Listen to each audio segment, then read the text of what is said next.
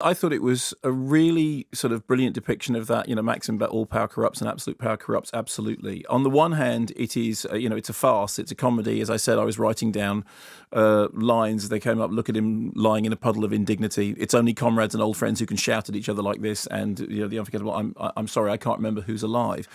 But what it also does is it has all of that, and we've talked a lot about the cast. A very good decision to have the cast speaking in that sort of cacophony of accents, because it's all these sort of different personalities, all these different histories, which I think works very well with the ensemble.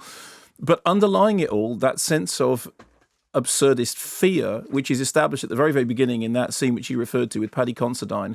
They're looking after the radio broadcast of this piece of music. Stalin rings up and says, "Great, I want a copy of it," and he realizes that they're not recording it, and the panic. So yes, it's then farcical because they have to stop the orchestra leaving and get another conductor, but the panic, which is driven by the genuine fear of being taken away, of being tortured, of being executed because you've done something wrong. And I think that the point at which the film is at its strongest is when, Amanda was referring to that sequence in which there is a meeting of all these people and Michael Palin is doing this big speech about whether or not Stalin would have wanted change, or whether, allegiance to the party or allegiance to the old Stalin, and everyone's sitting around not figuring out whether to lift their hands or put their hands out.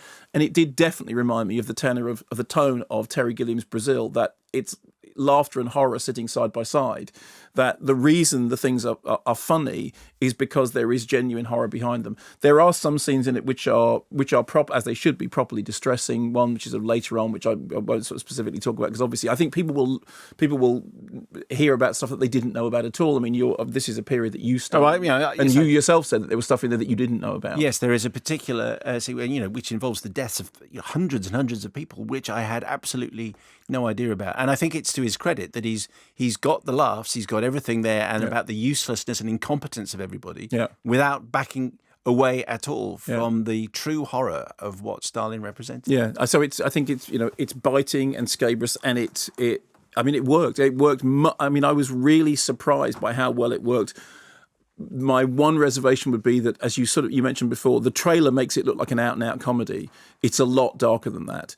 It's kind of hard to express in a trailer. Obviously, what you want in a trailer is to say, come along and see. It is a comedy, there's no question about it. But a lot of those laughs, again, I'll say this, like Terry Gilliam's Brazil, there is real horror behind the laughter.